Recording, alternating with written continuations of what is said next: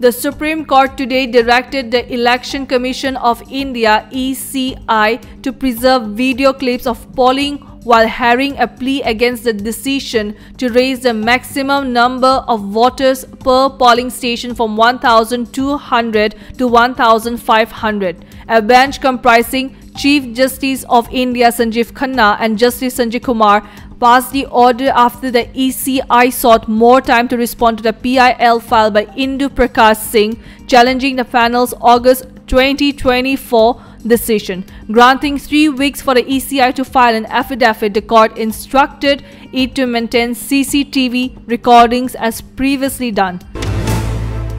Chandigarh has been diagnosed with human metapneumovirus HMPV, marking the state's first such case, health officials Saturday. The child was admitted to a private hospital in Bilaspur on January 27 with cold and cough symptoms. Suspecting HMPV, doctors sent his swab samples to AIIMS Raipur where tests confirmed the infection. He has since been moved to an ICU, isolated from other patients, but has shown no improvement. Officials are considering shifting him to AIIMS Raipur for further treatment. Meanwhile, his 3 siblings are under observation, though they show no symptoms of the infection.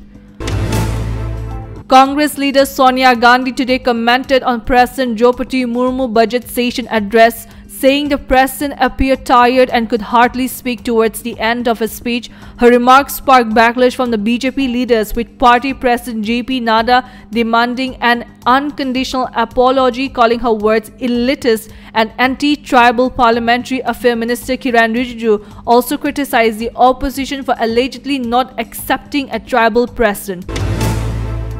South Korea Constitutional Court today approved the spy agency chief and top security advisor as witnesses in President Yoon Suk-yeol's impeachment trial, a court official said. The court also approved former 3rd Deputy NIS Director Baek Jong-wook and National Election Commission Secretary General Kim Yong-bin, both linked to alleged election fraud cited by Yoon for his martial law decree. Former Interior Minister Lee Sang-min was also listed as a witness. Since the trial began on December 27, 6 hearings have been held, with Yoon attending the last 2.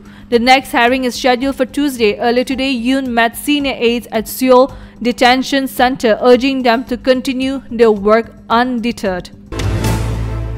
Manipur star weightlifter S. Bindya Rani Devi set a national record in snatch on her way to gold in the women's 55 kg category at the ongoing National Games today. The Commonwealth Games silver medalist recovered from an initial setback at 83 kg to leave 88 kg in her final attempt, breaking Mirabai Chanu's previous record of 86 kg. She continued her dominance in clean and jerk, lifting 107 kg in her first attempt. Despite failing at 112 kg, she successfully lifted 130 kg in her final attempt. Her total lift of 201 kg was just 1 kg short of her national record of 202 kg.